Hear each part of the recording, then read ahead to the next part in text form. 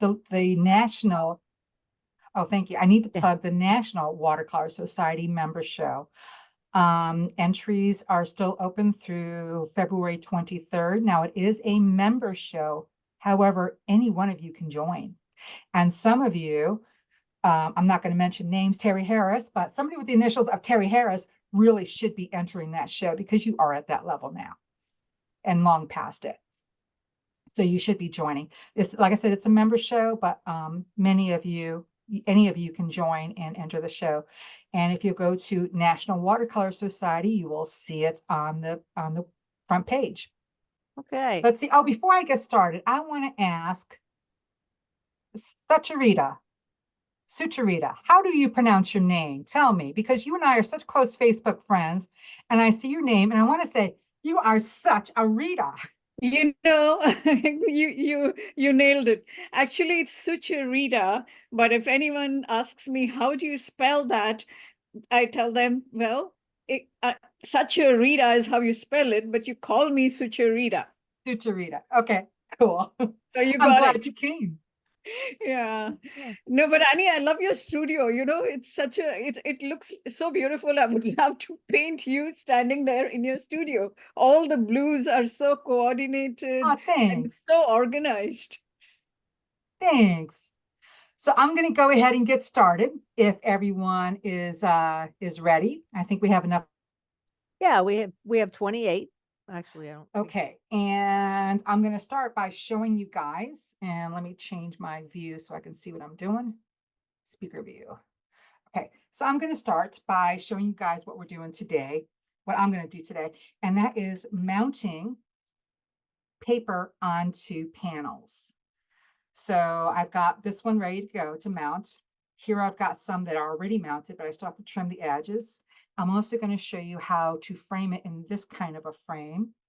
And it can go in any frame, really, but this is a, oh, shoot, I forgot the word for it already, Linda. Not shadow box. Floater. Floater, thank you. I forgot that again. Okay. So, like I say, today I'm using, this is a masonite panel. It's 3/16, and I've gessoed it. It doesn't need to be gessoed. The reason I gessoed it is because it had a logo on the back that I didn't want to be seen. I always gesso the backside though, because I do a stamp, a rubber stamp with my logo and my website. And I can't do that on the brown masonite, it won't show up. So that's another reason to gesso it so that my logo shows up. Now it can be done on anything. This is a watercolor mounted on this isn't masonite. This is kind of a pressed cardboard, almost a chipboard product. Here's another one. These were done in plein air. And so I had the paper, I pre-mounted the paper onto the panel. And then when I took it out into the field to paint, it was ready to paint on. So I could go ahead and put it into a standard frame. All I had to do was spray it with varnish. And actually, let me just run in the other room real fast and show you what a standard frame is.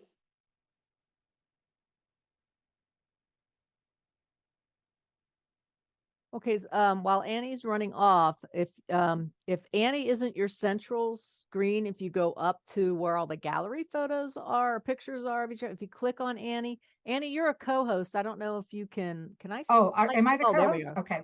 Yeah, Let me, I just spotlighted oh, you, you just so, spotlighted me. Okay, so yeah. now I'm on. Okay, Yeah. so this is a standard plein air frame. Now this is an oil-on panel, but you could easily spray this, and I did spray it, and put it in a plein air frame and entered it in a plein air competition that way. The reason is when you're doing a plein air competition, those of you that do these things, you know that you have to turn your paintings in at the end of the day. You have to get them stamped. This one was stamped Cumberland County Plein Air Painting Competition. That was in New Jersey. And so I had to have it stamped in the morning and turn it in framed at the end of the day. And if you're doing a traditional watercolor, that's really hard to do because you have to have the mat, the glass, and you have to keep it all clean, which is hard when you're out in the wind and the rain and the stuff blowing around or the snow or whatnot, it's much easier to spray this and put it in a standard frame. So now I'm going to show you. So I always carry a few of these with me when I'm going to plein air, because that, like I said, it's really easy. This one's 9 by 12. I wrote the size on it. Here's an example, a very large one that I did. Paint Worcester, down in Maryland. It was Berlin, Maryland, 2022, that plein air, which was the beach, Assateague Island in that area. So I did this and popped it in a frame. Did you do that on Masonite also, or is it a different surface? Oh, I'm going to show you the examples of boards of this when I get done here in a minute. I'm going to show you one more. This one, this is a 16 by 20. This is actually pretty large. This one I painted at Winterthur during plein air Brandywine Valley, November 6, 2022. So this one is on, I couldn't find Masonite that day.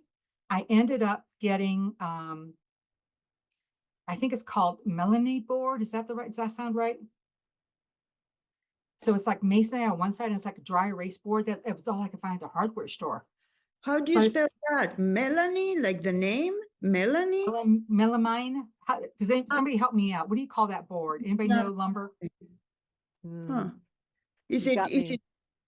is it paper or I is think it is melamine, melamine. I think it is. and Yeah, is yeah. That's that plastic or natural? Is it paper or plastic? so it's kind of like Masonite, but it's a little thinner, and it's got one side of it is shiny white, like a Oh. dry erase board. And it was expensive, but they didn't have Masonite that day. So this is what I bought. And then I glued the paper to it in the process. I'm going to show you in a little bit. And then I painted on it and sprayed it and turned it in framed at the end of the day. So I'm going to show you, that's one example of a board. Sometimes I use Masonite, sometimes.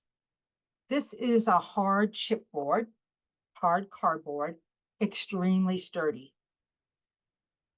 And here's another one. And if I turn it over, you'll see what it is. You all have these, right? That board is about as hard as you're going to get. So I save all of these. And I use a lot of these watercolor blocks, all different brands. I save all the boards because they're already the right size. If they're not, I can cut them easily on my mat cutter. They're very thick and they're very sturdy. So I use a lot of them for preparation instead of using Masonite. This one came off of a different watercolor brand, but it's just as thick and just as sturdy. Now, let me go ahead and start the process. So does anybody have any questions about the boards that we use? I do. So Uh-huh. basically you use mostly Masonite panels, and sometimes repurpose your hardship boards, right? Yes. Those. Yes. Okay, cool. Thanks. Yes. Mostly I repurposed the boards that the paper came on. This is a really hard one. This came off of a block of paper. This one came off of a block of paper. Almost all of them are the boards repurposed from heavy duty pads. I'll go to when I'm in a thrift store, I'll look for in the junk pile, for things that I can use. You can even use the canvas boards that are made for oil painting. You can use those and mount the paper on it. Some people use, I think Yvonne is using aluminum panels now and mounting aluminum painting panels and mounting paper on it. So that Annie? is, yeah. Annie, you're going to start talking about varnish and what type is best, right? Because that's a question that came in, but I don't want you to jump ahead. Okay. Okay, so they're wondering what type of varnish and which one is best. We'll get there. We'll get there. Okay. So Wanted to make first, I want to do this in steps. So first I want to, here's a panel that's prepared. And this, like I said, this is Masonite. And I've gessoed it only because I want to be able to stamp on it later. It doesn't have to be gessoed because this is my binder. Acrylic medium. I'm using, it doesn't matter if it's matte or gloss. This one just happens to be matte, but it doesn't make a difference because you're not seeing it. It's strictly a glue. So, and this one is also super heavy gel. It doesn't have to be super heavy. It can be super heavy. It can be extra heavy. It can just be heavy. It can just be gel. You don't want to use the liquid, the pouring, because that is too thin, and you do want to have a little bit of a buildup. You do want to have this. Annie, could you also use foam core? Or would No, that be thin? well, I mean, you could, but in my opinion, you can break it. You're Okay. not going to, if you can actually break foam core, whereas none of these are breakable. Even the ones that are done on a piece of the cardboard that came off the back of the block of watercolor paper, they're so sturdy you cannot break them. No, so I wouldn't use foam core for that reason because it is much more fragile. Okay. So I've got one, I'm going to set these aside for the moment. And I've got my gel medium. It doesn't matter what brand, gel medium is gel medium. Gel medium means this is just the acrylic medium. There's nothing else to it. It's acrylic paint is this plus pigment. This is just the medium. And I got a big old wad of it, and I'm gonna smear some on. I don't want to put it on too thick. Let me put some back in the jar. And I'm using a spatula. Put it on. You can use a brush. I got a brush there as well. And it takes some practice because you want to get it fairly smooth and even. You don't want to have any dry spots.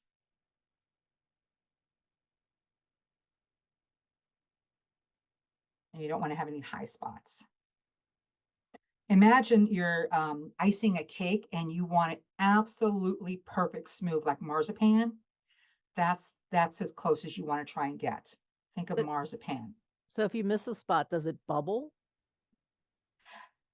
It won't stick. Yeah, you won't don't stick, want to okay. miss a spot. And I'm not putting it on, real thick. I mean, it's not an 1/8 of an inch thick, but it's probably a 1/16 maybe.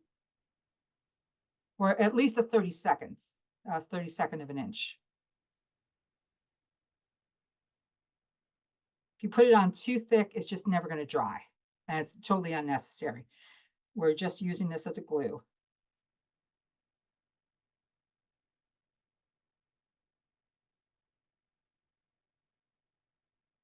Okay. Enough smearing. I think I got it fairly good. Now, this is 6x6 and paper towels. Paper towels. What did I do with those paper towels? There they are.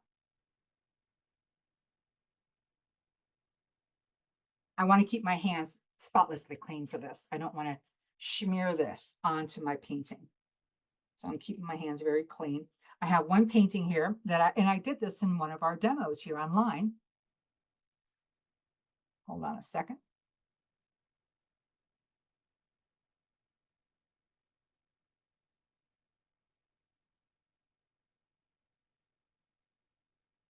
So my board here is 6x6. This is slightly larger. This is like 6 1/4 by 6 1/4. So I'm going to have at least an 1/8 of an inch overlap on all sides. So I just want to put that on.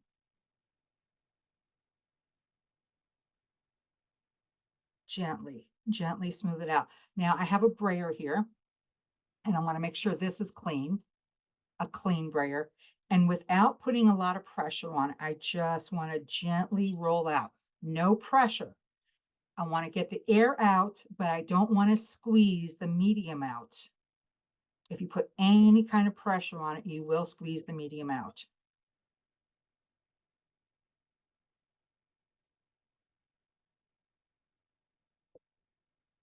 I think that's it. Now I'm just gonna set that aside to dry. And like I said, I let these dry overnight. I'll put it face down on a clean sheet of paper. And then I'll go and set a heavy book on top of it or something heavy. Perfect. I have a thing of paintbrushes here. So now I'm going to go set this on a flat surface with this thing of paintbrushes on it. All right. And you're not going to see that one again during this demo. I had a paintbrush here because I could have smoothed it even more with a damp brush, but I never got around to it. So the next step, after it's dried overnight, the next step to do, here's one that's dried, perfectly dried, and it has about 1/8 of an inch on any side overlap. So I'm going to get out my X-Acto knife and trim that down. Make sure that's in it nice and tight. So I've got a piece of what do you call that? Foam core.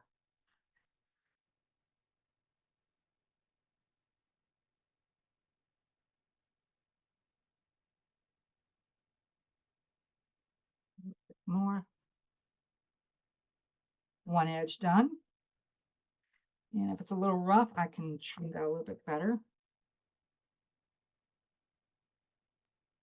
May I ask you if a thing, one thing? Uh-huh. Yeah. Did I miss if you sealed the painting before you did this, or did you say anything about it? Well, I haven't, because you can do it before you mount it, or you can do it after you mount it. I tend to do it after I mount it because the next step I do after this is I generally take this outside or under my lights and I do my photography. And once you seal it, if you're using a gloss, you know you don't want to photograph it. You want to do your photography before you do any sealing. Great point. Thanks. Yeah, I learned that one the hard way, taking photographs, and they were just terrible because of the glare off the gloss.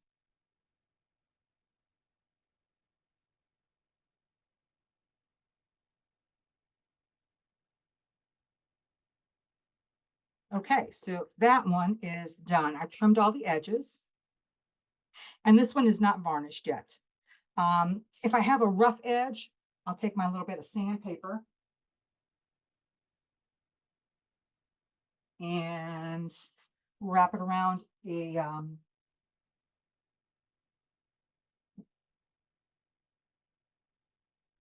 my sanding block is a cheap Joe's eraser.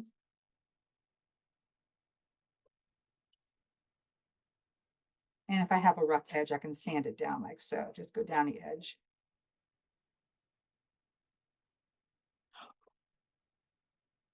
And that'll take care of any roughness. So I generally do that.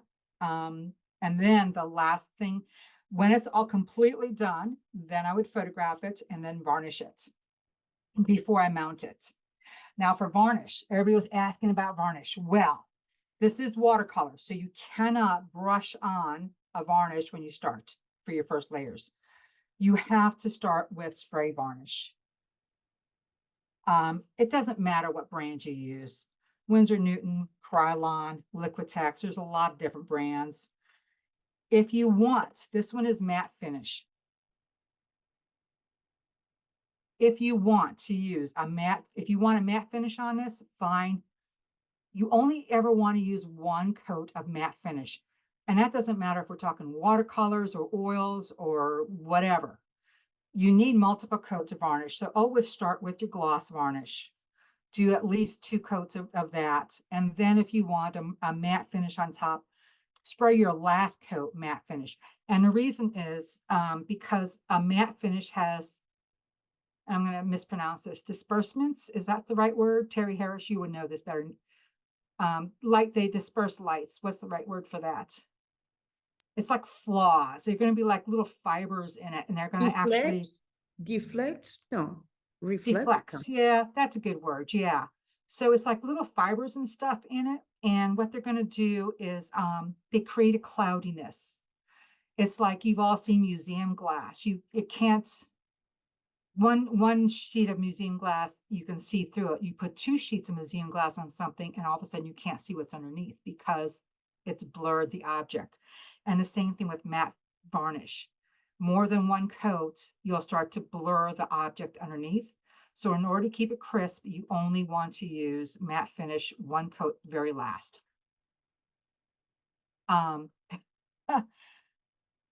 Okay, for some reason, I saw my hand and I thought I was raising my hand. So yeah, it doesn't matter, but then there's more. So after you've spray varnished, if you want more varnish, even more protection on it, you want more gloss, whatever, now you can take your gloss medium or your matte medium, either one, and you can do a layer. If you're doing a matte, keep it thin. If you're doing gloss, it doesn't matter, but your acrylic medium can also be used as a final sealant, but only after you put at least 2 or 3 coats of spray varnish. And yeah, how do you know if you've had enough coats of the spray varnish? You don't. Just, if you're not sure, add another coat. If you don't think that you've coated it enough, just spray again. Spray again until you're comfortable with it. The spray varnish is very, very expensive, and so that's why I don't recommend using more than 2 or 3 coats. If you want more coats, you really should go to something cheaper, because I think this is like, I don't know, like around 20 bucks nowadays for this can. And it doesn't go very far. Oh yeah, and when you're cleaning your tools, remember this is acrylic medium. Don't flush this down the drain. Wipe it off on a paper towel. Always wipe off your acrylic mediums and oil mediums on rags and then throw the rags away. Don't let this stuff go down your drain. Once you've done that, wipe the most of it off, then you can wash it off in the sink. So now I'm going to pretend that this is varnished. I'm going to set that aside. And any questions? Anybody have any questions about varnishing? Any questions about the mounting? Any questions up to this point? Annie, how do you actually do the varnish? You just spray it evenly across? Well, for Or- one thing, I do it outside. I never do this. This you can do inside the gel mediums because it does an off gas. You know, it's not a spray, but this is spray. So that's why I'm not doing it, because it has to be done outside.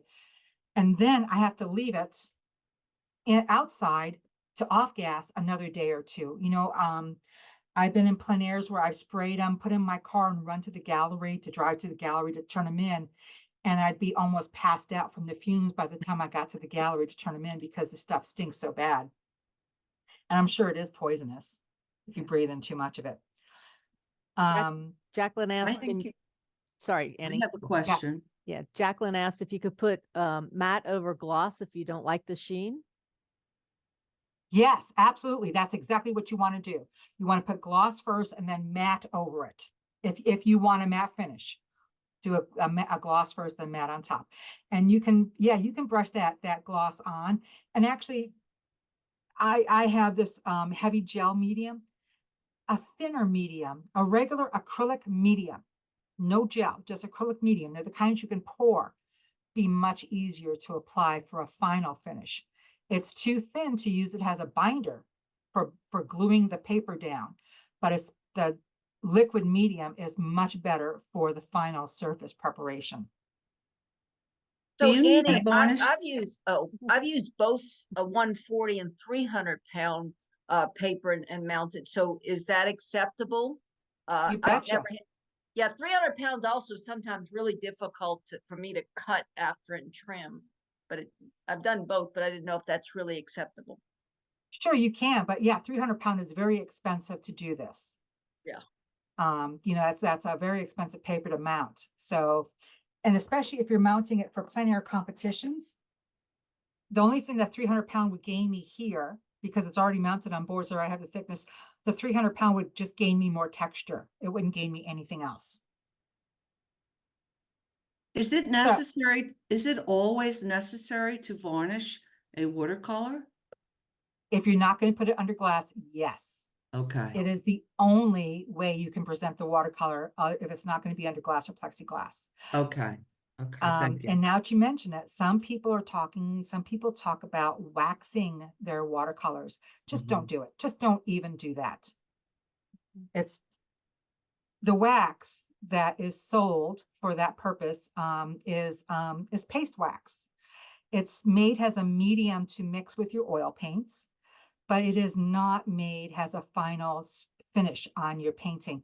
Even on an oil painting, if you're using wax as a medium instead of oil to paint with, you still need to varnish your painting at the end. You still need to protect it.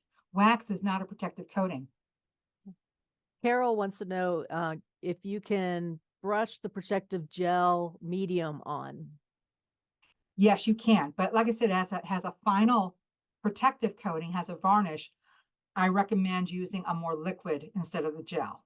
Use a more liquid. Acrylic medium comes in a variety of viscosities. This one is the super heavy. It comes in extra heavy. It comes in heavy. It comes in just gel. It comes in one, it has no extra words. It just says acrylic medium. Jean asks, how do you get 2 to 3 coats of varnish on a plein air painting on the same day? Well, Jean, I don't do a medium on it. I just do the spray varnish and just 2 or 3 coats. And the spray varnish dries in like 10 minutes. It's fast drying.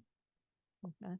And Carolyn wants After I get it home, then I'll brush on a varnish. You know, if it doesn't sell, then the spray varnish is enough. I've sold them in the shows with just spray varnish on it. That is enough of a protective coating.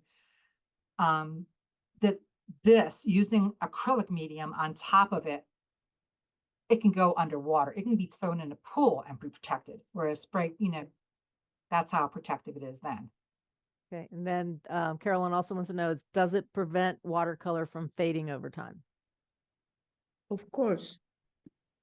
Well, whatever you use, you need to make sure that it is made for art, that it's made for art. Don't buy a spray varnish or any varnish that is sold in a hardware store because it's not made for art.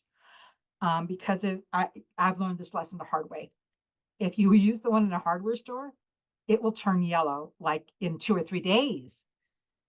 Whereas the ones you buy in an art supply store, the $20 cans won't yellow. So it's very important to use art supplies and not the hardware store supplies. So so this is one I've already put in a shadow box. And I'm going to take this out and show you how to mount this in not a shadow box. Floater. Floater. Thank you. I don't know why I keep saying floater. Ugh. So if I were to put this in a traditional frame,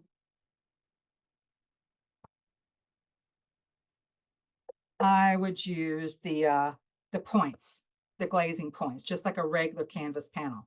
Same way. If I'm using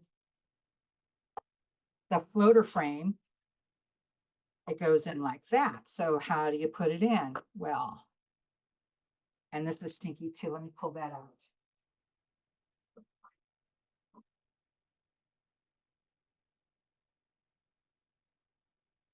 For putting it in a floater frame, clear silicone.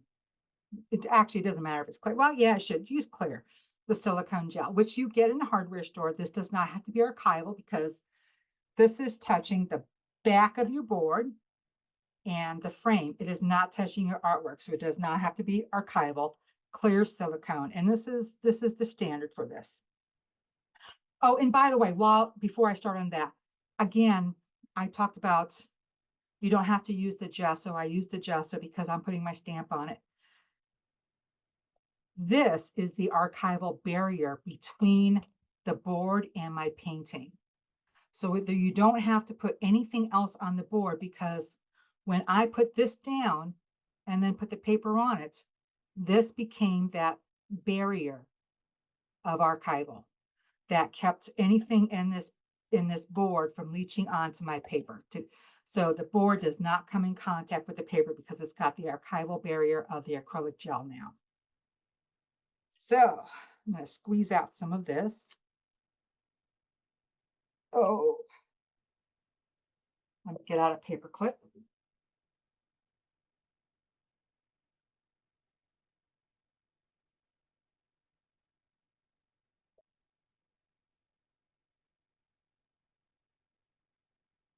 Okay, this is going to take me a minute. This always does. I forgot to pull this out of my drawer and get it started.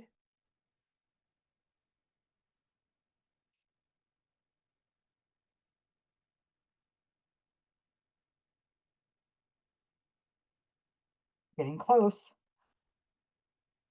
There we go. So I'm just going to put, I don't want to go and do a bead. I'm not clocking the bathtub here. I want to put a dot. And this is only 6 by 6. So I'm only going to put 4 dots on it. 1 on the center of each side.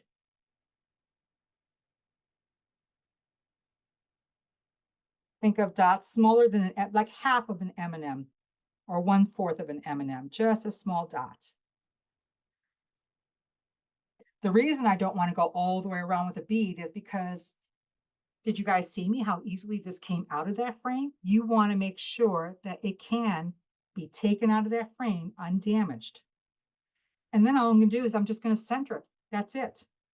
Now that gel needs about, oh, I don't know, an hour or 2 to set up.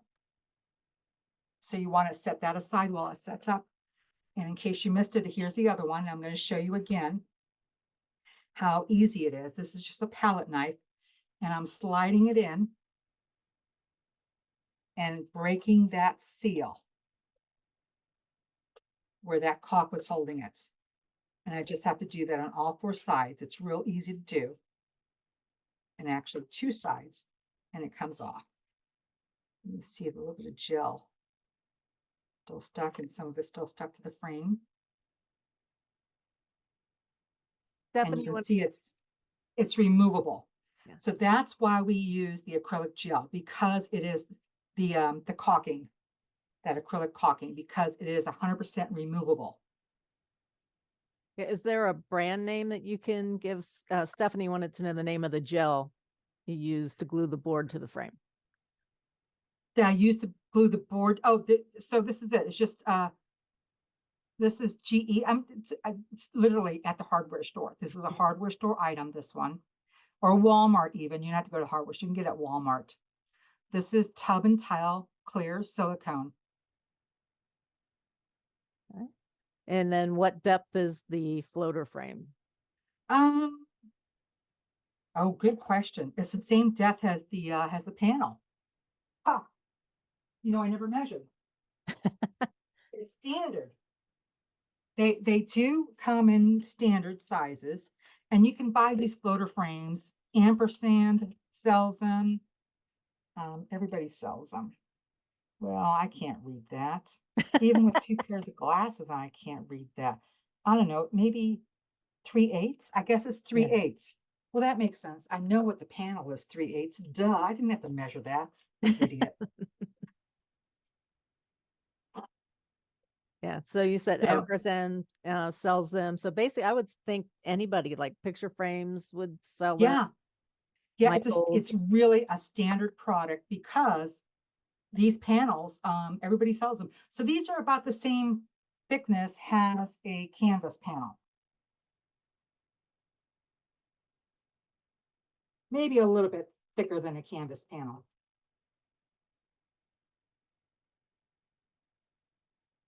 I have a question. Why is it mounted on top instead of inside? Well, you can do either way. I'm just showing this is a floater frame. So this is a canvas panel, and this is sunken. It's down a little further. It's not as thick. This canvas panel is nowhere near as thick as my masonite panel, but it still works. So yeah, you don't have to do it that way. You can put it in a traditional frame like this one with diamond points, with glazing points, instead of putting it into a floater frame. This is the traditional plein air frame.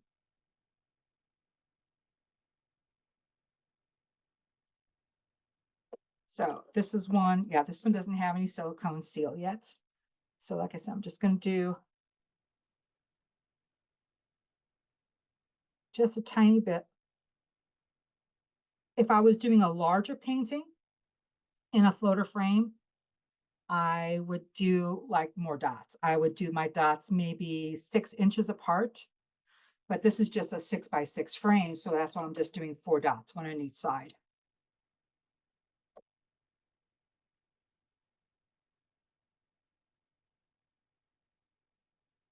And voila, it's ready. Okay, Sarah would like to know what you use for hanging the floater frames. Is there a wire that you put on the back for the floater frame to hang it, or is there a knot? Yes. Okay. Yes, so you can put, well, I don't have mine aren't wires, but you can put eye hooks in here. You don't want to put them here into the back. You want to put them on the inside. And on something this small, it's actually very hard to do that. You don't want to put anything that sticks out because the nice thing about a floater frame is having it flush against the wall. So that's why you want to put your eye hooks in there and put a wire on it.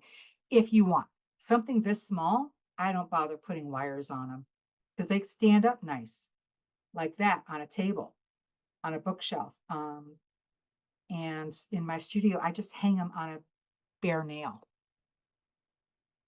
because you don't see it. All right. Did I hit on everything? Gosh, I think I did. I think I did hit on everything. Anybody have any questions? No, this was great. Thank you so very much. Well, thank you. And I saw a lot of people came in late. Remember, for those of you that came in late, Linda will be sending out a link so you can watch the whole thing from the very start and catch anything that you might have missed. Annie, I have a question. Uh-huh. Do you find that most shows accept varnished pieces now, or are you finding they're leaning towards accepting varnished pieces, or do you find they're not accepting? I know LWS does not accept. Yeah, LWS does not. National does. National just started accepting a couple of years ago. You can ship your paintings that way. For watercolor societies, it's still, 10%. But for those of you who are entering shows and competing against the oil painters, if you're trying to compete your watercolors in a plein air show against the oil paintings, these have a way better chance in a traditional frame than the watercolors under glass. They sell better and they impress the judges better. Oh, interesting. I like it. I know that we don't accept it, but I'm hoping we start leaning towards that at some point. It does create problems with international shows and shipping, because like with NWS, people have the option of shipping their painting unframed and renting a frame. Well, with these, you cannot rent a frame. We don't. So we only offer the traditional framing for rentals. So if somebody wants to ship their painting to NWS and it's a mounted on board, they have to frame it themselves before they ship it, which costs a lot of money. I don't recommend, Emily, that anybody go to the rental frame business. It's just not good. Yeah.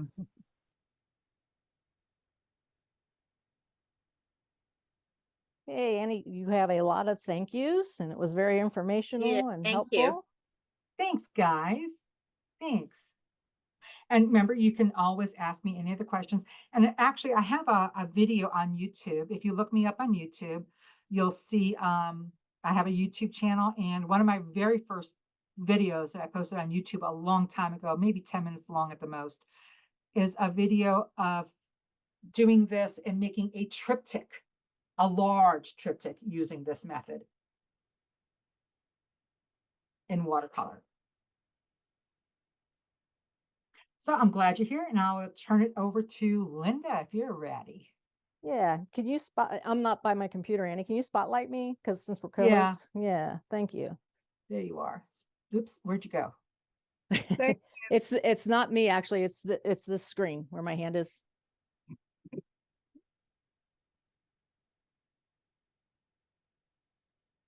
Give me a minute. I gotta find you. There we are. Da-da. Spotlight. Gotcha. There we go. Any more questions, Emily? I saw you pop up. Did you want to ask Annie something, or you're all ready to go to talk about edges? So Annie, if you can hang around, it might be interesting to talk about edges, watercolor versus oil, because I'm pretty sure they probably are handled differently. Oh in yeah, of course. in Yeah. watercolor. Yeah. So Yeah. it might be No, I'm gonna soft. hang around because I'm gonna do your behind the scenes for you now. Oh, okay, great. Yeah, so edges. Basically, for oil painting, excuse me, oils, can be kind of difficult. You can get probably the one that everybody creates the most is a hard edge. And those are usually done with end up happening because of some kind of contrast. So I'm going to be using my palette knives, and I'll be using some brushes as well to show the 3 different type of edges that you can get. So when I say contrast isn't always just a value change or a value shift. It's also could be texture. So if you got something very, very smooth and then a very textured edge up against it, that becomes a hard edge. 2 different colors that are just, hitting heads with one another can also create a hard edge. So when you think about edges, you need to think about how you want the viewer, the person looking at the painting, to move through the painting. And you use your edges, which is probably very similar in watercolor as well, to direct the eye through the painting. And like I said, that can be done with a hard edge, a soft edge, or a lost and found edge. So let's start with a hard edge. And I'll create just a very dark value here so you can see that. So that's one side. Just think of this as part of a painting. That's one side of the painting. I come back with a different value next to it and put that down. So that's a bit of a hard edge. You may not be able to see the distinguishing part there, but I'll come back with a even bigger range of value.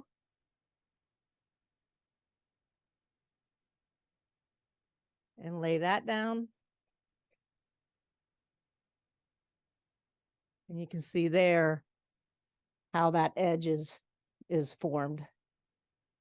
A very hard edge between this value and this value. And then there's also a hard edge between this darkest value and this medium value. So that stops the eye. If I come back and with the lighter value and I make that more texturing with thicker texture, you can see how that's a hard edge as well, because it's well, probably not that close to it that you can see it, but that also creates a hard edge. So how do I make this a smoother edge? Let's get this a little bigger. So I have this dark edge here.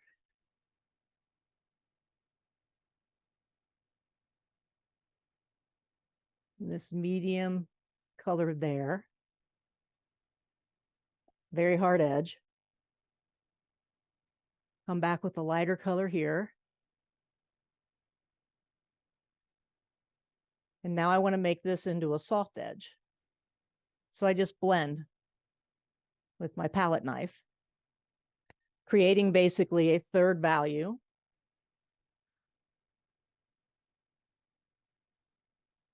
Between the two, so that the eye just basically moves through.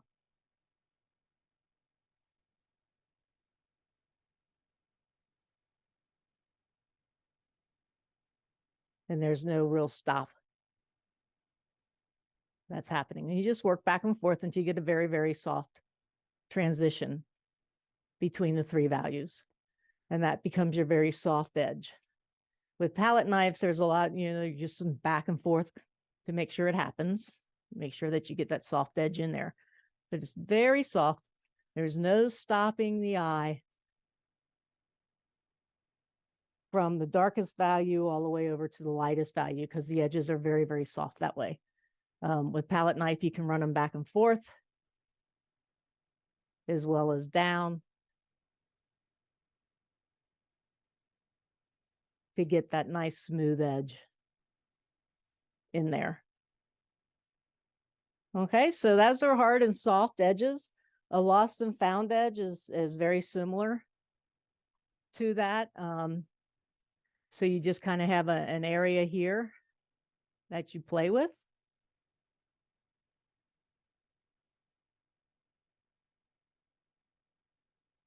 And I always refer to a lost and found edge as a doorway that allows the eye to pass from one area of the painting to another. Okay. So you can see how, whoops, I had some dark on there, didn't I? Another reason why I like painting with palette knives, you just scrape it off.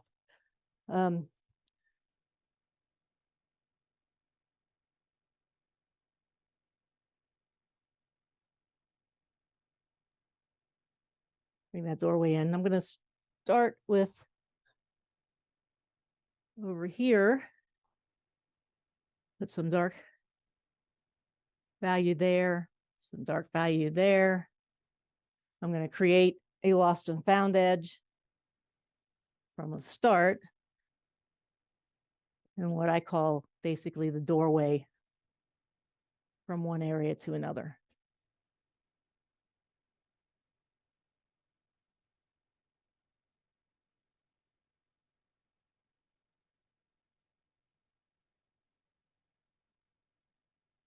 You can see that's kind of the lost and found edge where a person will be just coming along, looking at something, coming down this nice hard edge.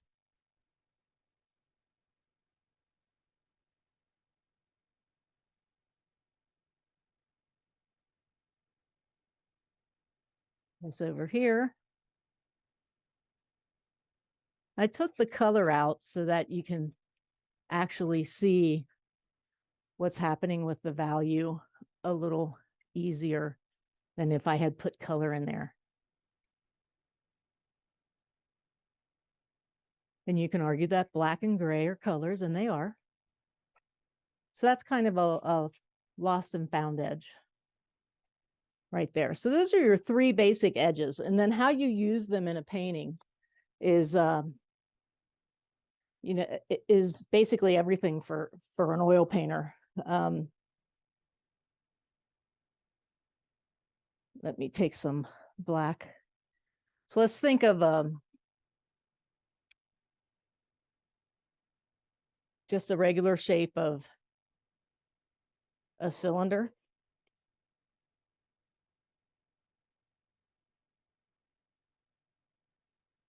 The edges of the cylinder can be very dark.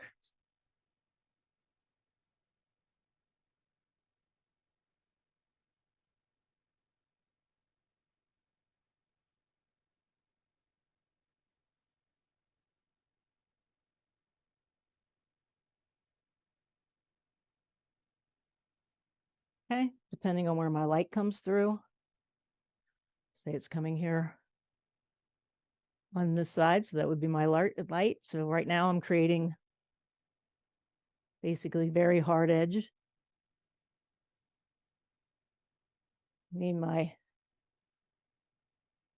medium value here as it turns away from the light into the dark.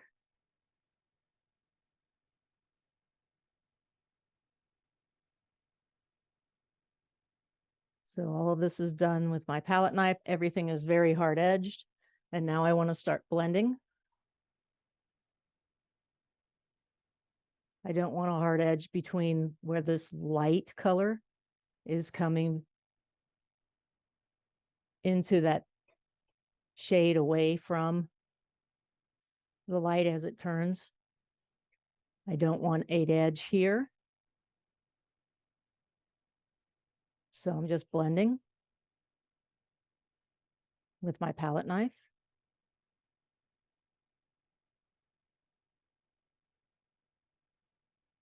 And then that very light side, I really don't want a lot of dark edge on that either, because that's where it's catching the light. But it's also turning into the light, so we need to have a bit of an edge.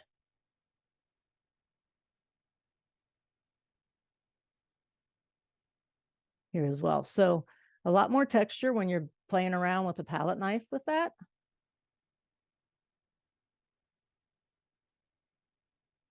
And then you have to have a place for your core shadow.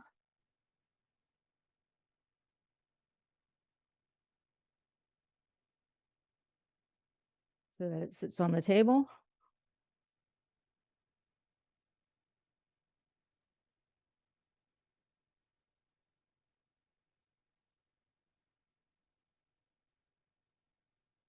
Linda, Terry has a question. Yeah, Is there a rule that you should blend from the light to the dark versus dark to the light? I think it depends on what your tool is. For palette knife, I think that's less true. For brush, I think that's very true. So if I would come back and do this with a brush, have a little more control naturally. I like a brush because I can be really sloppy with it and work it back and forth.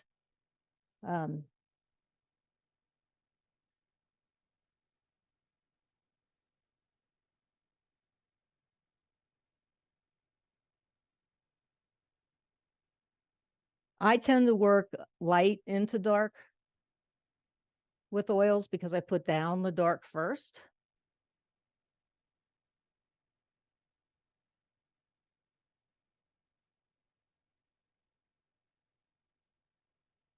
So this would be the very hard edged, just one brush stroke down and make it soft. So I would be blending the light into the medium value here. And you can see I was going back and forth before I brush it down. And I'm also wiping my brush off and my palette knife before I go back in.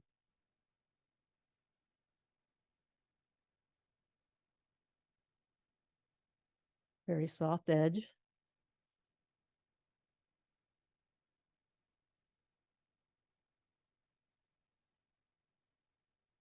Sarah has a question.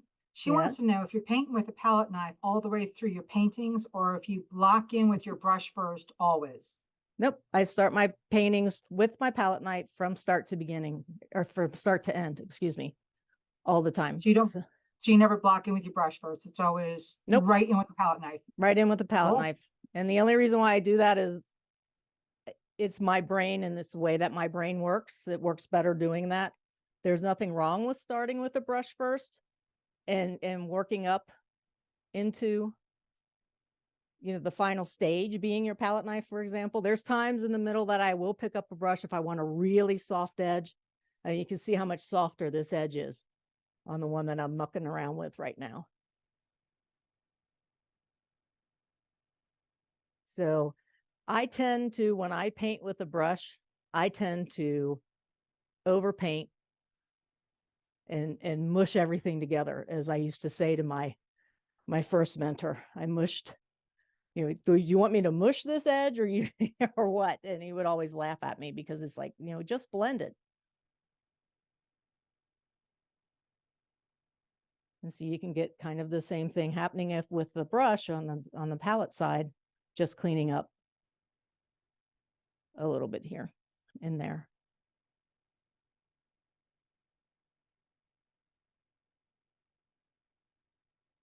May I ask you something, Annie? Would you say that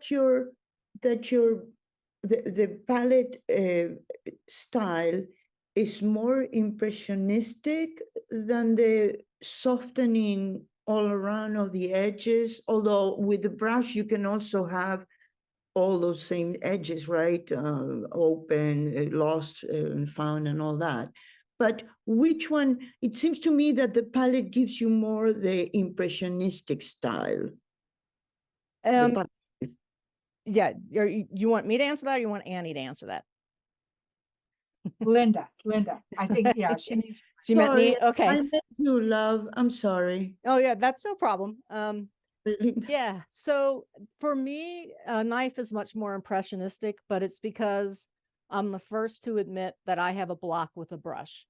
And that's why I went to palette knife. I can't attain, I mean, I'll be honest and say I can't attain the texture and the flow and the impressionistic style that I want with just a brush. And that's because I've worked for the last 10 to 12 to 15 years with palette knives.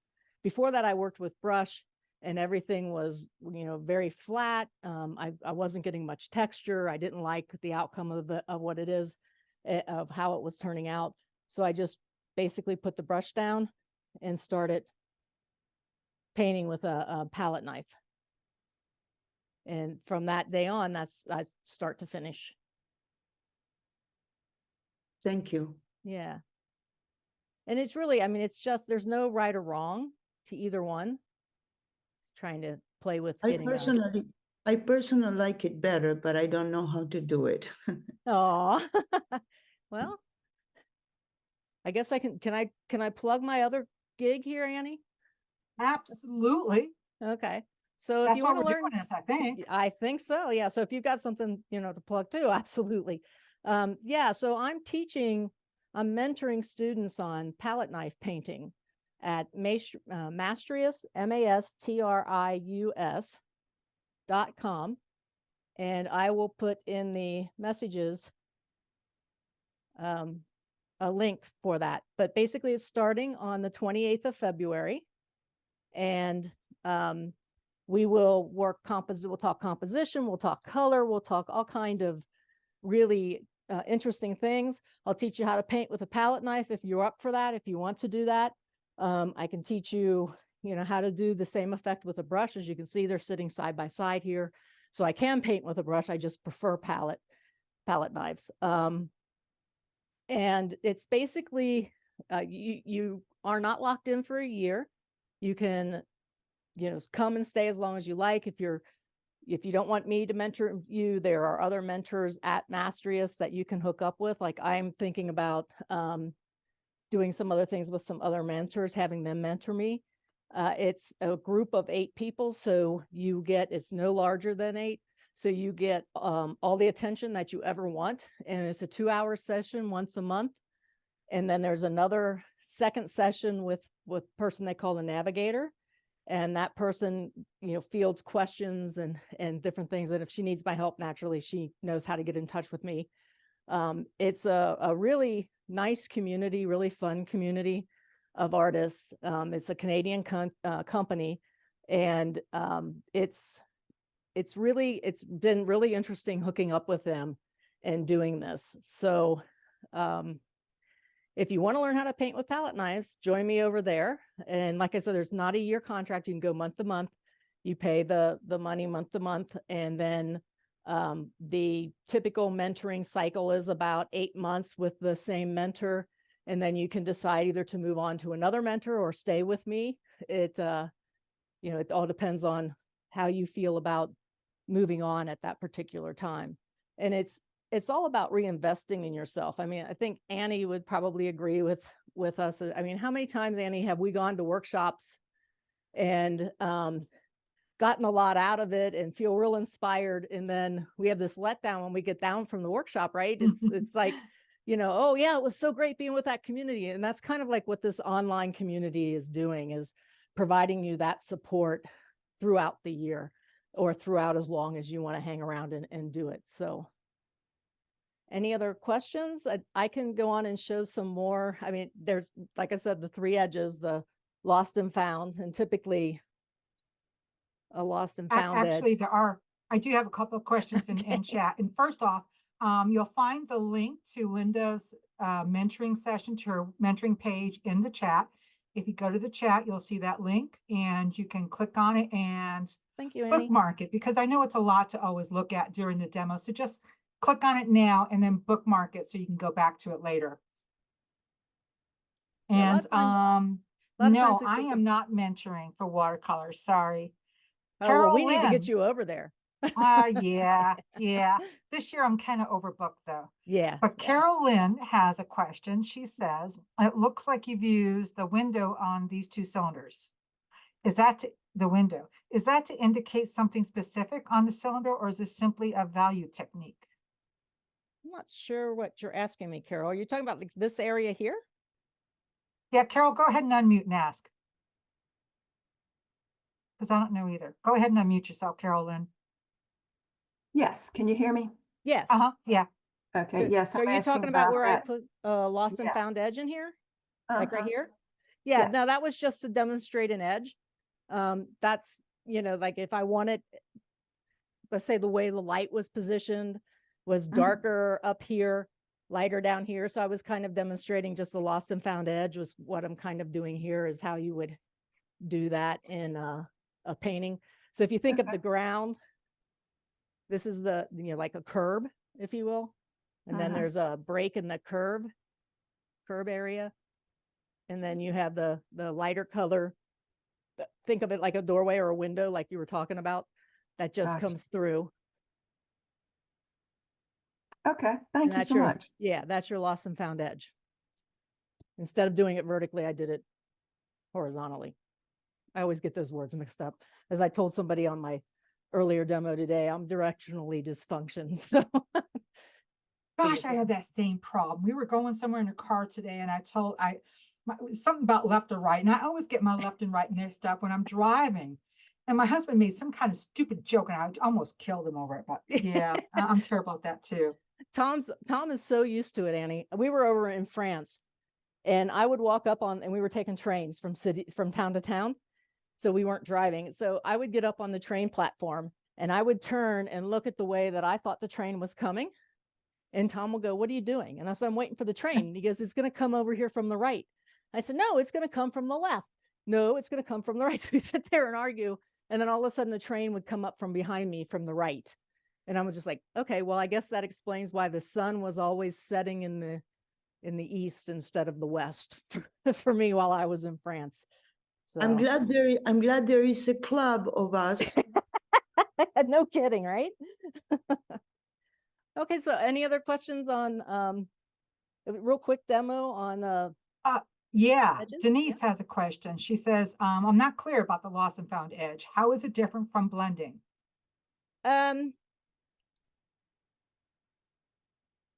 That's probably really hard to answer because you probably saw me blending these to get that lost and found edge. Basically Well, yeah, it is blending. it is blending. But basically what you're doing is you're just creating that blended area. I mean, I could go a lot lighter here if I really wanted to bring attention to it and not blend. Mhm. Okay, so it would be, just blotched out here. But I mean, that's may I very say contrasty, May I say something? Is basically to break the line. Right. You don't want to have a straight line of dark or any other color. It's just to break the line. Correct. Unless you like all hard edges. Right. If I want to connect these two, I could do it this way. And now all of a sudden these guys are connected on that line, right? Our eyes come down and then come across and go up, right? So if I break that,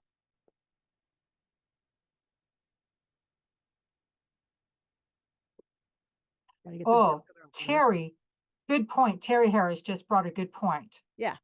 Very succinct. I think you are letting your eye fill in the line. Yes, that is true. Very good. It's very succinct. Yeah, good way of putting it.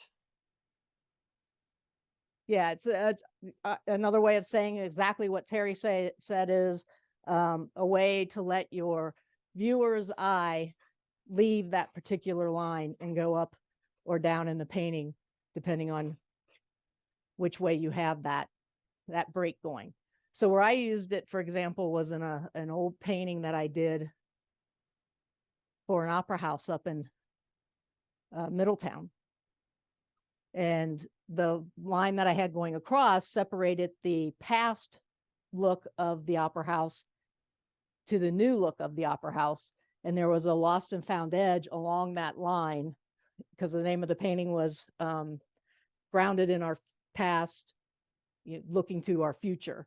So the past was on the left side of the painting, the future was on the right side of the painting, and all along that line that separated them, I had doorways or a path for the eye to leave and go into the future of the opera house.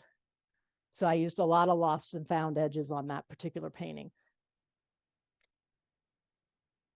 Anything else?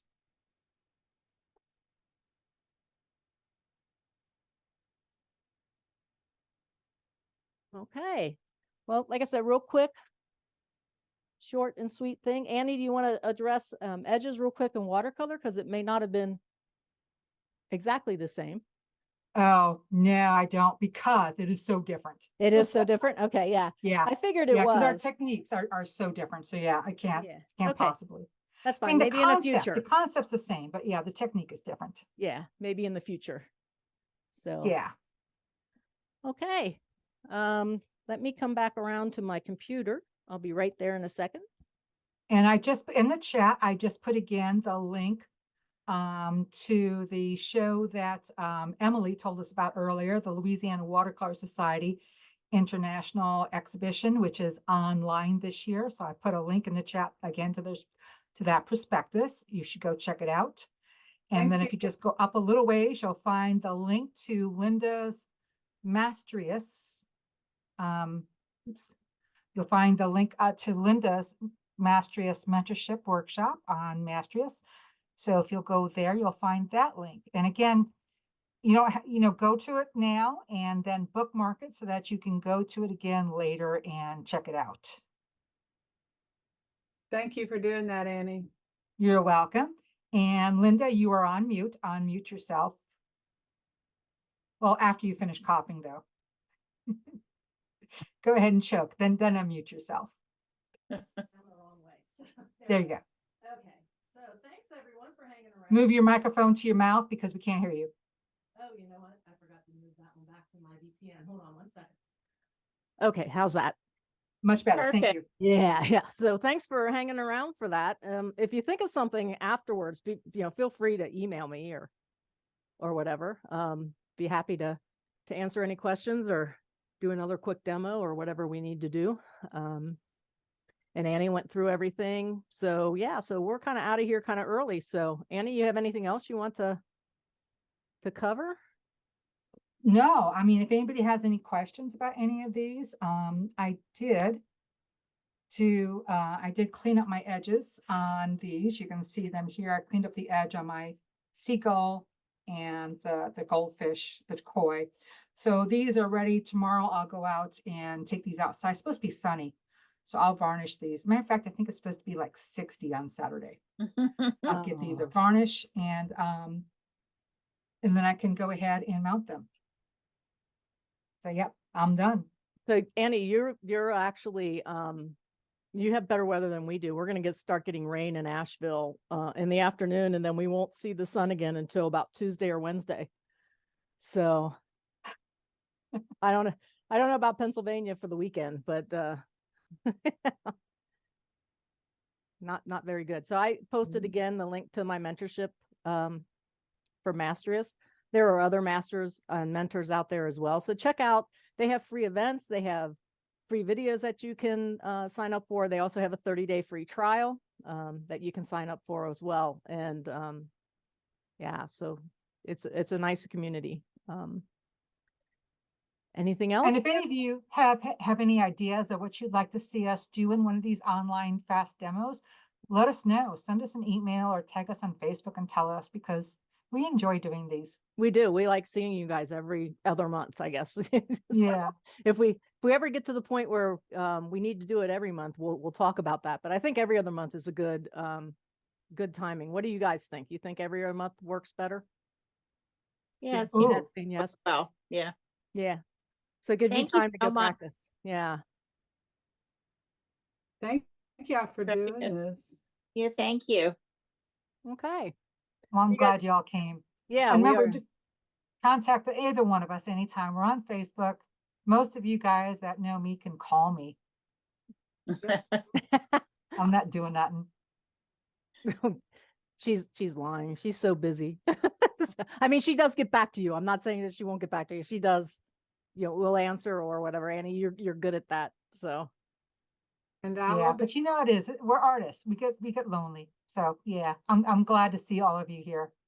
it is nice to see everyone. I hope you guys enjoyed your beverages. Oh So yeah, I still got some left. What did I do with it? if you're Oh, like and me, don't forget, those of you who are workshop coordinators, don't forget that Linda and I are available to do workshops for your group individually or as a pair. absolutely, we'd love it. And I think it's always interesting, Annie, too, from a standpoint of oil versus watercolor, because the techniques are so different. Like I'm like, I can't speak too well about watercolor, but dark to light for oil, Right. you layer more, I assume, to make a darker value. That's an assumption. It depends, I guess, on how everybody does it, but everybody can, create. There's like the thing of English, right? We learn how to print, then we learn how to write, and then we learn how to make it our own. And I think that's true in both oil color and watercolor or oil painting. Sucharita wants us to do one on portraits. I suck at portraits. I absolutely suck at portraits. Well, How are you good at portraits, Linda? I mean, I do figures, but in the landscape. yeah, I don't do like figure class. yeah, I suck at it. I don't either. If you want to study, okay, landscapes then. Thank you. Landscapes then. If you want to study like figures or portraits or things like that, I would suggest looking up Juliet Aristides. She has a number of different books out about classical painting atelier. She has another one that is actually a painting or a drawing workshop, and she goes through from making letters all the way up to doing a face, a portrait. So check that out, because that takes you through the stages and probably gives you so much more information than you need to know. But it would be, oh, that's interesting, Terry. But it'd be Oh, that good is thing a to good play, one. isn't it? Yeah. That is a good one. Yeah, we'd have to Actually, we figure could that one out, all Annie. do at the same time. Everybody Yeah. could do it. Yeah.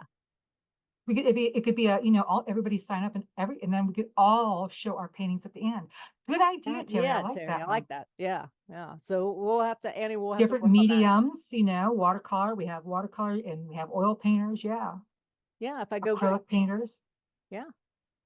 I'll have to scrape that black and gray off of my panel there, because I'm not gonna. I usually paint 22 or 20 by 24, so I'm not gonna get done in 2 hours. So I had problems this afternoon in an hour doing I think that one's a 16 by 20. So I have to get that 8 by 10 or 9 by 12 out. Okay. Any other suggestions while we got you here? Yeah, it's still early. It's only 8:23 after 8. It's early for me yet. Yeah, I didn't think the edges would go that quickly, but it did. I think taking the color out probably really helped, and just using the black, white, and gray. Yeah. So 7:25 here. oh, that's right. You've got people across the time zones here. Yeah. In Louisiana. Louisiana, Texas. We had some Sarah, people- where do you live? Sarah, I think you live somewhere near me, don't you?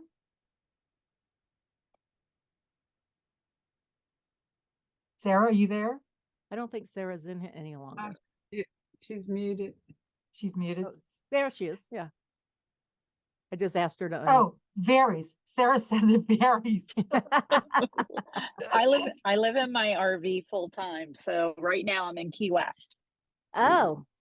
Oh, Okay, let's give her a pity party. Everybody ready? Oh yeah. Poor Sarah. I don't know why I thought you lived somewhere around Maryland or something.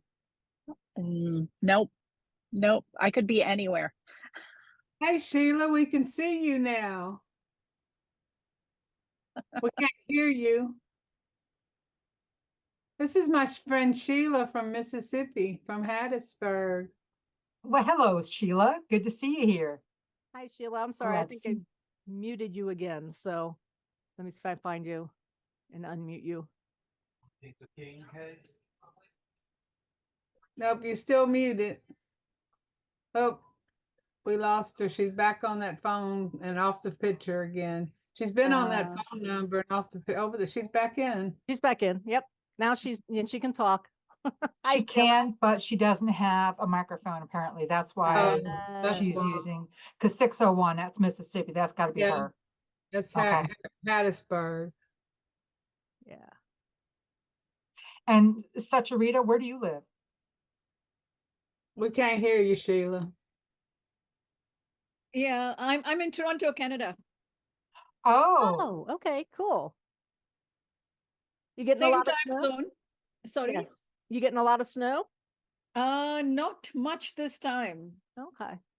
I just came back from a trip to India and Dubai, so I missed a lot of whatever cold weather was there. Oh, nice. And next week, I'm going to Mexico City for a week to see Frida Kahlo and other art stuff. oh, Nice. wow. Yeah. Nice.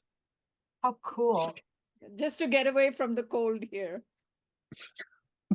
Yeah, and I don't know if Sarah's leaving or Sarah, are you still here? I am. Okay. I know you had posted on Facebook that you're thinking about driving up to Alaska. Yeah. You're gonna do Yeah. that in the We haven't summer? decided. Yeah, we may go up there for the summer. We just haven't made up our mind. We've been up a few times before. Oh, okay. I was going to tell you, you got to spend some time in British Columbia because especially by the Rockies, by the side. Oh, Yeah. yeah, it's Beautiful. lovely there. And Vancouver is an interesting city as well. It's kind of like the San Francisco of Canada, which if there are any Canadians on, I apologize, but that's the way it was described to me. And I've No, been it's there a couple times. beautiful. Yeah.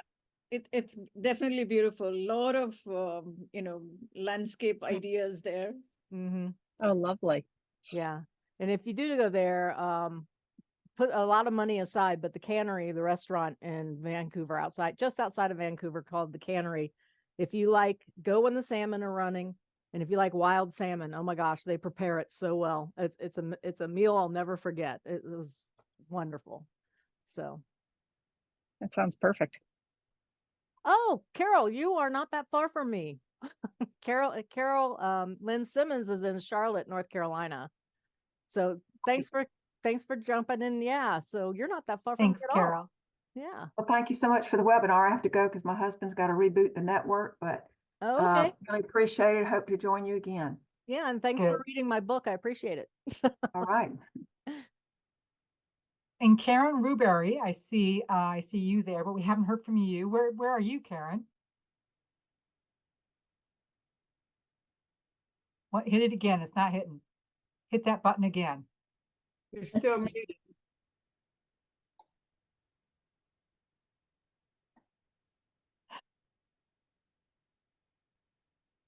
The one that looks like a microphone. Are you hitting the one that looks like a microphone?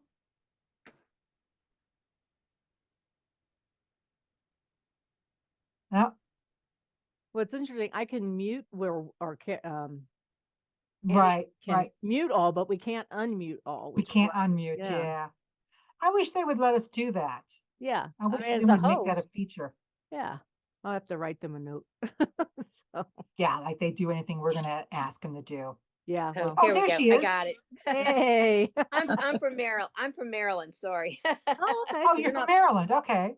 yeah, you're not far from either one of us then. Yeah, Yeah. I go down to Maryland for the plein air sometimes. Yeah. Yeah, I'm in Baltimore County. Oh, Oh, okay. I used to be on the board of Baltimore Watercolor Society. Uh-huh. And you paint in watercolor, I'm assuming? I am, yep, watercolor for about 10 years. Oh, I'm gonna have to work on converting some of you guys. I don't think so. Well, it's I'm going to be a hard. hard sell, a very hard sell.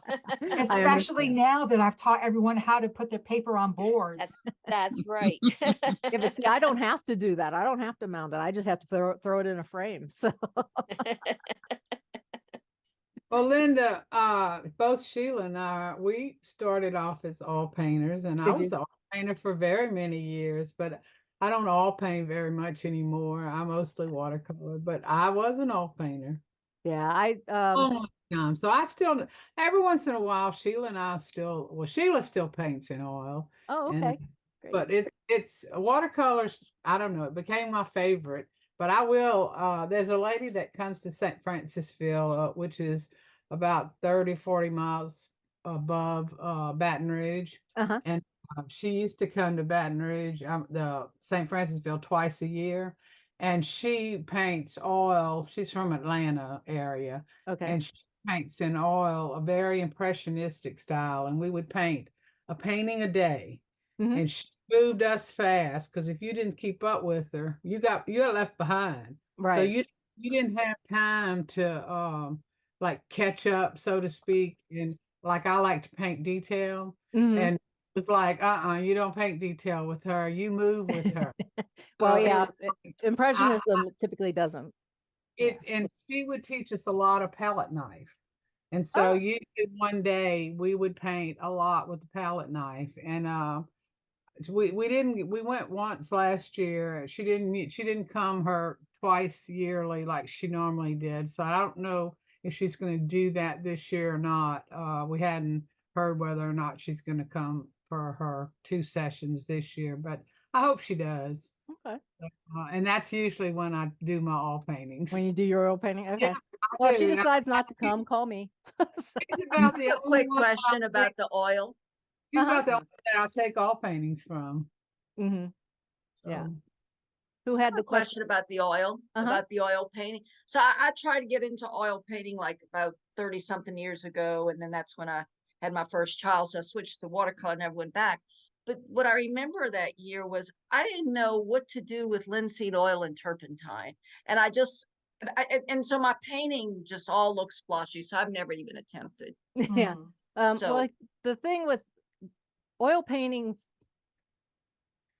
oil materials vary very, very much. Now, I can't speak to watercolor and a variance of how much pigment is in each one. You know, Annie could probably get into that for watercolor, but if you use a very student grade paint, okay, for oil, you're going to end up with something that has a lot more dryer in it and a lot more filler in it. And then it's going to be very tacky and it's going to be very hard to spread. So then you got to start getting out your linseed oil so that you can start making it flow. If you saw how easily my paints flowed, yeah. I use Michael Harding paints. Ta-da. Oh, okay. And Michael's paints are basically high pigment, linseed oil mixed in with it, no fillers. If it doesn't need to be there, Michael doesn't add it. Okay. Now, the cost difference between a student grade paint and something like Michael's paints is very different. So starting out with a student grade to see if you like it, I would not recommend that because that student grade paint is going to end up making you feel frustrated and you're going to end up leaving. But if you buy 4 paints from Michael, a blue, a red, a yellow, and white, and use that as your primary color, and then mix all of your colors from that, so very limited palette, you'll find that you'll really start liking oil paints again. And you don't have to Okay. worry about linseed oil. If you paint with a brush, you naturally need turpentine to clean your brush or some kind of brush cleaner, but you Yeah. never would want to use that. Of course, I say that, but I use turpentine when I'm putting a very light. The only time I really use a brush is if I'm drawing with it, which is really strange because I draw better with a brush than I do with a pencil. And it's just because of how many years I've spent doing that. But yeah, so I never thin Michael's paints out at all, ever. Oh, okay. And I never put linseed oil. I never have to worry about it. Michael's taken all of that into consideration with his paints. And thanks. they all flow. And the other great thing about Michael's paints is you never make mud with them. And if you do make mud, it's a great color that you want to put in your painting because it's not like the typical dull, gross baby poop. Is that one of the things that we talk about?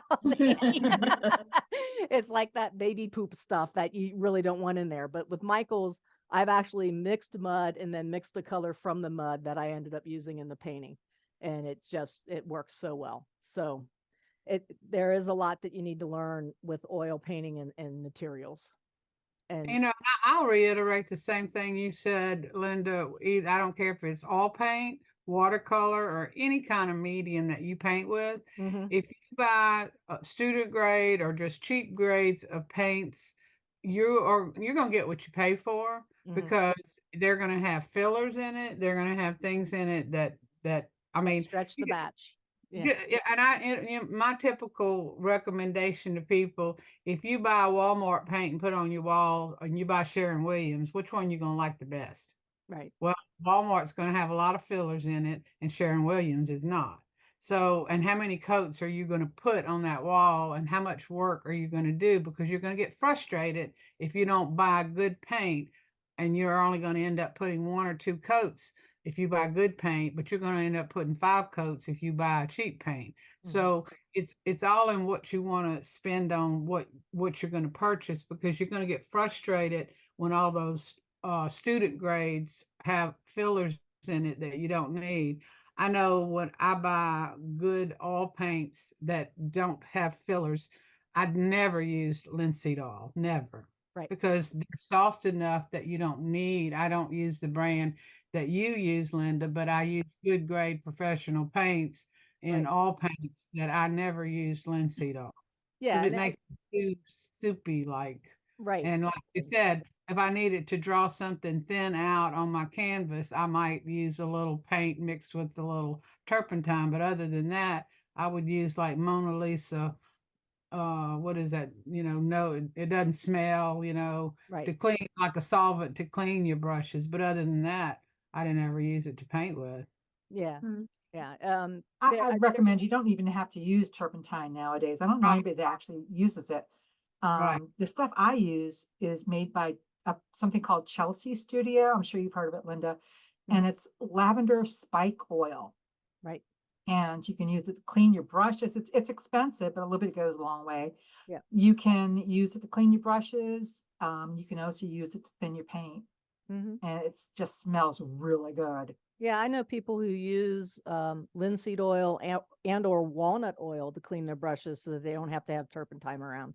And let's face it, I mean, if you're traveling and you're going to an oil painting workshop and you have to bring get turpentine there because you can't travel with it, you can't bring it on your plane, you aren't going to pack it in your suitcase because if it leaks, there goes all your clothes and the color in your Yeah. clothes. So, you go buy some and then you have this big thing that you can't really ship either because it's a special handling to ship it. And you end up throwing it on a weed somewhere. And, I can't, I was horrified when my plein air teacher told me, just find a weed that we don't want to grow and pour your turpentine in it. And I'm like, Oh gosh. this is, this is not what we're supposed to be doing for the earth. And I hope that was like a long time ago before they knew better. Now when like I teach workshops and I travel, I tell people if they want to work in oils in my overseas workshops, let me know beforehand. You cannot travel with that stuff, but I'll have my tour operator have it for you when you arrive. right. Small Yeah. amounts. Yeah. Because he has to have it for other workshops as well, for other instructors, for other classes. So, Yeah. we're just using the same stuff over. And when I have visiting artists, because some of you that do the plein air know that I open my house and I host visiting artists for plein air events.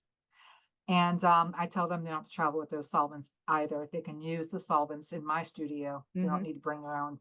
And one of the things that I learned with having it in my studio is I would just get like, old glass jars that like this Prego spaghetti sauce or something like that. And I pour all of the solvent from my little travel canister or my plein air little canister that I have it in. And I pour that in there. I clean that out with a rag. I let all the sediment come to the bottom and then I reuse my turpentine. And the sediment isn't as deadly as the actual turpentine. So, but with palette knife, what I find is I don't use turpentine at all. So when I'm painting with palette knife, with a brush, I'm always in the turpentine and I really get tired of having, I have a air freshener or air cleaner sitting right by the turpentine. So all the fumes get sucked up into that. I mean, there's so much more that you have to worry about, but a lot of, like Annie was saying, a lot of the manufacturers have taken a lot of that into consideration and you can use walnut oil and linseed oil now to clean things up and to loosen up your paint if you want it to flow a little bit more. And most of it, what they sell now, isn't even called turpentine. No, a lot of folks have moved to mineral spirits, which is a Yeah. totally different consistency and can really, I mean, you end up thinning your paints way too much. It's hard on your brushes. And it's hard on the brushes, That's like yeah. washing your brushes in gasoline. It's Yeah. really hard on your brushes. Yeah. Wouldn't recommend that. Yeah. Now I really recommend the spike oil, lavender spike oil. It smells good. It's harmless, and it does a good job. You can use it. It's as good as turpentine, almost. It's close enough. So Annie, with watercolor paints, if something is called cadmium yellow, does it still use cadmium like oil paints do? Yes, there are Okay. a couple of companies that are making cadmium-free cadmiums, Okay. which is an oxymoron, but you know what I mean. They're making substitute cadmiums. Yeah, it's chemicals. I think Liquitex, but they don't make watercolor. I think Liquitex is one of the one, or maybe it's Golden, is doing it cadmium-free now. And And of course, they are outlawed in California. Cadmiums have been outlawed for several years in California. So that's always the catalyst that is making the manufacturers change things. Anything that comes with the environment, it starts in California, and then the rest of the world catches up with it. Yep. Yeah. Yeah. Is it Golden that makes QOR? Core, yeah, Golden. Yeah. Thought it was. So you probably saw when I was painting that I had latex gloves on, and I don't want to scare anybody off from Michael's paints. The reason why I do that is I get my nails done. The last thing that I want to do is put paint on this nail or get paint down here in these ridges where I can't get it out, like next to where the nail bed is. And that's the last thing I want. So that's why I wear gloves and I'm a messy painter.